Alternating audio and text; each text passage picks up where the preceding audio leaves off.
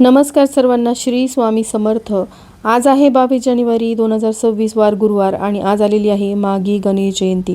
हा दिवस बाप्पांचा जन्मदिवस म्हणून साजरा केला जातो। ही तिथी वरद चतुर्थी किंवा तिलकुंद चतुर्थी या नावाने सुद्धा ओळखली जाते।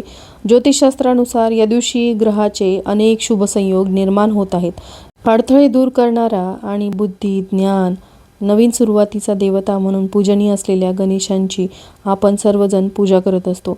या दिवशी काही धार्मिक विधी केल्या जातात, प्रार्थना केली जाते, समृद्धी, यश आणि जीवनातील अडथळे यामुळे दूर होतात। त्याचबरोबर घरामध्ये काही प्रभावी उपाय देखील केले जातात। तर असाच एक उपाय आज आलेल्या माघी गणेश जयंतीच्या दिवशी संध्याकाळी करायचा आहे। या उपायामध्ये कापुरासोबत ही एक वस्तू जाळायची आहे।